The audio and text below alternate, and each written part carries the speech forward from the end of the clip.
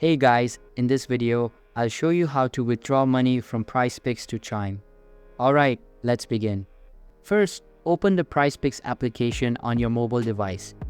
Once you are logged in, navigate to the board and tap on Withdraw Funds. If you cannot find the option, look at the top left corner for 3 dots. Click on these dots to access a new page. From this page, select Request Withdrawal. Next, choose the amount you wish to withdraw. When prompted for the withdrawal destination, ensure you select Chime. After confirming your selection, the funds will be processed and should appear in your Chime account shortly. It's important to note that processing times may vary, so be patient while waiting for your funds to transfer.